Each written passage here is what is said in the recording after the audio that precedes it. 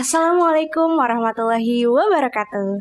Balik lagi di channel podcast Rizka, podcastnya anak muda yang gaul dan suka berkarya. Nah, teman-teman semuanya, balik lagi nih sama Kak Uci. Kebetulan bosen nggak Dem? enggak, karena pasti ya? kalau ada Mbak Uci itu selalu ya, aku ngerasanya ada sesuatu hal atau value yang menarik gitu, topik-topik yang menarik yang bisa diambil insya Allah. Dan ini juga pasti insya Allah teman-teman bakalan dapetin value yang sama juga, insya Allah bermanfaat buat teman-teman. Diambil yang baik-baiknya Iya, aja diambil ya. yang baik-baiknya. Nah, Gimana nih? ngomong-ngomong nih kan, aku tuh kadang tuh Mbak, suka ngerasakan, aku kan di sini anak perantauan ya Mbak, maksudnya anak kosan gitu, dan emang lingkungannya juga mungkin lingkungannya yang nggak terlalu rame gitu loh, maksudnya kebanyakan tuh sibuk sama emang udah sama kerjaan gitu, berangkat pagi pulang malam kayak gitu kan. Dan kadang ada satu ketika di mana aku itu kayak ngerasa kesepian gitu, kayak ngerasa sendiri. Dan apalagi kalau lagi sakit ya, itu kan kayak itu paling berasa banget sih kalau misalnya kita lagi sakit gitu. Nah, itu ada nggak sih Mbak tips atau versi Mbak Uci sendiri buat ngatasin rasa kesepian itu gitu? Kesepian ya. Semua orang kan pasti ngerasain yang namanya kesepian gitu kan. Nggak ada orang yang nggak ngerasa nggak pernah kesepian gitu ya, pasti. Tapi kalau aku sendiri, mungkin karena lebih tua Dam, jadi kesepian itu paling sering kejadian pasti ya kalau lagi sendiri, pasti kan, udah pasti gitu. Maksudnya kalau nggak mau kesepian ya ke Rizka aja sih Dam, masuk Rizka gitu. Tapi itu salah satu yang aku rasain. Ini bukannya promosi Rizka juga ya, jadi kan nggak apa-apa kok Mbak. Oh nggak apa-apa juga kayak promosi Rizka juga. Jadi waktu aku zaman kuliah kayak Dam gitu, aku memang menghabiskan waktu tuh banyak banget di Rizka sebenarnya. Jadi kayak ngerjain tugas di sini, aktivitas di masjid gitu kan, ngadain event apapun. Itu aku nggak pernah sehari pun aku ngerasa sepi.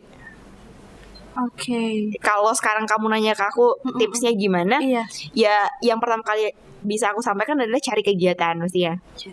Cari kegiatan yang positif. Karena kan kalau di Islam sendiri kita nggak boleh ya sendirian, karena kalau sendirian itu biasanya temennya setan gitu lah ya kan. Saya godaannya lebih berat gitu ketika kita sendirian, dan segala sesuatu yang sifatnya jamaah itu selalu lebih baik dibanding sendiri-sendiri gitu kan. Jadi kayak kalau mulai ngerasa kesepian, mendingan keluar, cari komunitas gitu, cari aktivitas di luar rumah. Karena kayak sekarang nih, setelah aku udah nggak remaja lagi, lebih tepatnya ya, kayak udah sibuk sama kerjaan, nggak punya waktu untuk bersosialisasi sama komunitas, itu ada rasa kesepian beneran. Dan aku jadi ingin membentuk komunitas, makanya aku ngajar. Karena aku ngajar, terus kayak aku suka gangguin anak-anak yang misalkan mau dibikinin pelatihan ini nggak, gue bisa sharing ini nggak, bisa. Jadi kayak emang butuh diisi gitu loh hari-harinya. Oke. Tapi Mbak, ada nih orang yang dia itu dia emang berada di satu lingkungan yang rame gitu. Dia nggak sendiri, tapi kadang ada rasa kesepian gitu. Nah, itu tuh sepi juga. Iya, nah itu tuh kenapa gitu? Kenapa bisa kayak gitu kan? Ya kita kan rame-rame nih sama orang-orang, sama teman-teman gitu, banyak orang gitu.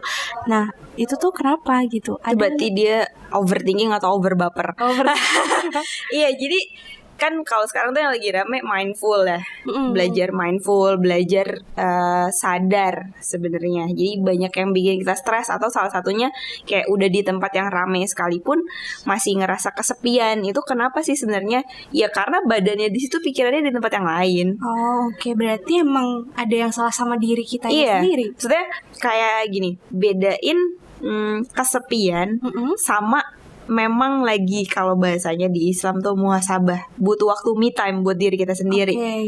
Itu harus dipisahin gitu, karena pasti kita tuh akan butuh waktu, ruang untuk diri kita sendiri yang harus kita sediakan. Aku biasanya kalau energinya udah drain banget, kayak aku kan ambivert yang condong introvert sebenarnya. Lebih banyak energi kalau di rumah sendirian. Interaksi sama orang yang sedikit gitu. Kayak kalau rame itu aku nggak bisa. Aku tuh maksimal bisa ngomong aktif kayak gini itu maksimal 3 orang sebenarnya. Atau aku jadi pembicara. Tapi kalau mau diskusi yang interaksi yang akunya pun terlibat itu aku maksimal 3 sampai 4 orang. Kalau udah 8 orang di satu meja itu aku pasti diem cenderungannya. Jadi balik lagi kenal diri gitu ya. Kayak kesepiannya kita itu karena apa? Karena kita lagi capek, overthinking, atau kita emang butuh keluar ketemu orang. Atau kita emang butuh waktu buat sendiri, buat diri kita sendiri. Beda ya. Jadi kadang tuh kita nggak sadar ketika kita lagi sendirian, ada di dalam diri kita yang ngerasa kita tuh punya kecenderungan ngerasa sendiri tuh aneh. Kayaknya yang kerennya tuh supel, yang bergaul, yang terus keluar, yang wah temen hangoutnya banyak ada di sini. Padahal nggak kayak gitu juga. Jadi kayak kan kita ada ruh, ada jiwanya kita gitu. Sebenarnya mungkin ruhnya kita itu lagi pengen sendirian, tapi kok bentrok ya.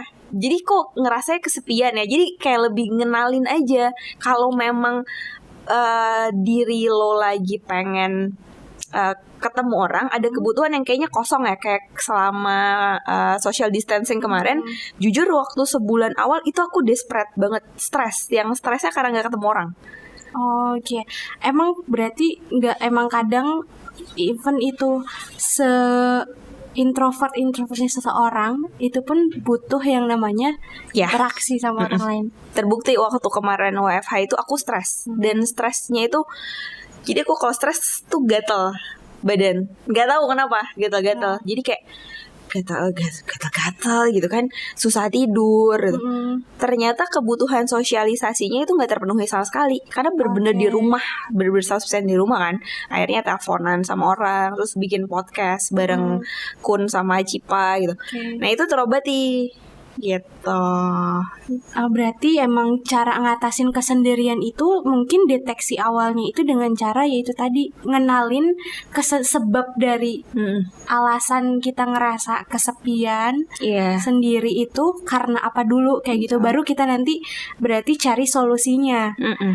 Oke, Masya Allah. Jadi nggak nggak ngada-ngada gitu. Iya, dan nggak salah dalam mentreatmentnya. Betul. Jadi dan kalau boleh promosi sedikit ya, kadang kan kita mencari keramaian itu di luar. Padahal sebenarnya kita bisa menemukan ketenangan itu di dalam diri kita sendiri. Nah, fungsinya kita keluar itu carilah kegiatan yang positif, lingkungan yang bikin kita jadi lebih positif. Jadi kadang kan ada beberapa nih yang kesepian, misalkan di rumah nggak nyaman karena orang tua sering berantem atau apa-apa. Akhirnya nyarinya tuh tempat yang ramai dalam tanda kutip. Ya entah itu ke klub, ngumpul di komunitas yang aku nggak bilang itu nggak baik ya. Ya silahkan, udah tahu sendiri lah mana yang baik mana yang buruk gitu ya. Tapi ternyata yang jiwa kita butuhin tuh sebenarnya adalah orang-orang yang mengingatkan kita untuk balik lagi ke diri kita sendiri sebenarnya. Jadi kita nggak bergantung di situ, ngerti nggak? Jadi kayak aku ketika ada di Rizka aku utuh. Wah, aku kayak ngerasa punya keluarga, punya satu kesatuan keluarga. Tapi ketika udah keluar dari Rizka, aku tuh nggak ngerasa dihianati, ditinggalkan atau apapun itu gitu. Jadi tuh kayak ya gue tetap menemukan diri gue yang utuh, tapi dengan adanya lingkungan ini itu membentuk gue semakin utuh gitu. Oke, berarti kayak ini tuh hanya untuk trigger aja ya. Trigger, jadi itu kayak makanya kan lebih baik kita mencari lingkungan yang positif kan. Jadi biar nggak tambah ngerasa sepi atau jadi malah lebih banyak dapet input yang positif gitu sih. Berarti kalau kita mau ngatasin rasa kesepian nih, berarti caranya kita harus bedain dulu nih, deteksi dulu, kita analisis dulu rasa kesepian kita itu karena apa. Terus abis itu ya balik lagi juga sih bagaimana kita kenal diri kita sendiri. sendiri kayak gitu kan. Terus habis itu kita baru cari tahu gimana cara menyelesaikan rasa kesepian itu, yaitu salah satunya dengan cara ya kita mungkin bisa jadi tadi muhasabah karena kita misalkan ya kita ruhnya kita tuh emang mungkin perlu sendiri kayak gitu, atau kita emang bener-bener kayak kesepian emang butuh orang lain yang dan kita bisa arahkan itu kepada kegiatan-kegiatan atau pergi ke komunitas-komunitas yang emang benar-benar bermanfaat buat kita gitu. Karena kesepian itu rentan dengan ketidakbersyukuran sebenarnya. Oh, itu gimana coba? Ada ini insight baru nih. Yang aku rasain ya, ini semua yang aku rasain ya. Jadi bukan benar atau salah, silakan dirasain sendiri.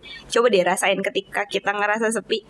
Itu sebenarnya kita lagi nggak mensyukuri apa yang ada di sekitar kita. Entah itu memang kita beneran lagi sendirian, berarti sebenarnya kita punya waktu dengan diri kita sendiri. Atau kita lagi di rumah, kita ada ibu, ada bapak, ada adik, ada kakak. Sebenarnya kan ada orang. Atau dengan orang lain ya. Iya. Kenapa kita masih ngerasa sepi pertanyaan? Jadi kesepian yang kita rasain itu output dari perasaan apa? Pertanyaannya. Ada juga orang yang sebenarnya sedih tapi mengkamuflasekannya bilangnya sepi. Karena nggak kenal emosinya. Oh iya. Gitu. Jadi makanya aku bilang kesepian itu rentan dengan ketidakbersyukuran. Itu pengalaman aku soalnya. Karena aku sangat tidak bersyukur di momen aku merasa sepi ya. Sampai akhirnya pas corona kemarin cukup lama stres dari yang tadinya marah, denial, ternyata sepi. Sampai akhirnya sadar gitu. Harusnya gue bersyukur ya. Berarti gue punya banyak waktu untuk bermuhasabah dengan diri gue sendiri. Iya. Dimana gue bisa mengerjakan banyak hal baru. Oh iya. Gitu. Jadi hati-hati. Karena nggak tahu ya, gue bukan ustadz dan bukan lulusan pondok juga, di Rizka juga paling belangsak sebenarnya. Tapi katanya kan sepi itu rentan dengan bisikan kekhawatiran dari setan ya, was-was. Jadi ya udah pasti negatif sebenarnya. Gitu. Berarti emang usahakan ketika sendirian pun kita emang bener-bener bisa memanfaatkan kesepian itu ya dengan sebaik mungkin. Maksudnya nggak benar-benar kayak terus meratapi. Iya, meratapi. Karena kita kebanyakan kan galau meratapi kayak gitu. Itu sih. Oke, Masya Allah. Cukup ya. Iya kayaknya ini sebenarnya banyak banget yang pengen ditanyain sih, yang pengen digali banget dari Mbak Uci, karena kebetulan Mbak Uci ini pengalamannya Masya Allah lumayan pengalaman banyak bapernya banget. Jadi mungkin itu aja. Kita mohon maaf sebelumnya kalau misalkan terdapat banyak kesalahan dan kekurangan, karena balik lagi kita juga lagi-lagi masih belajar. Sama-sama belajar. Semoga bisa teman-teman ambil manfaatnya dari podcast kita pada kali ini. Mungkin cukup sekian. Wassalamualaikum warahmatullahi wabarakatuh. Rizka, muda gaul berkarya.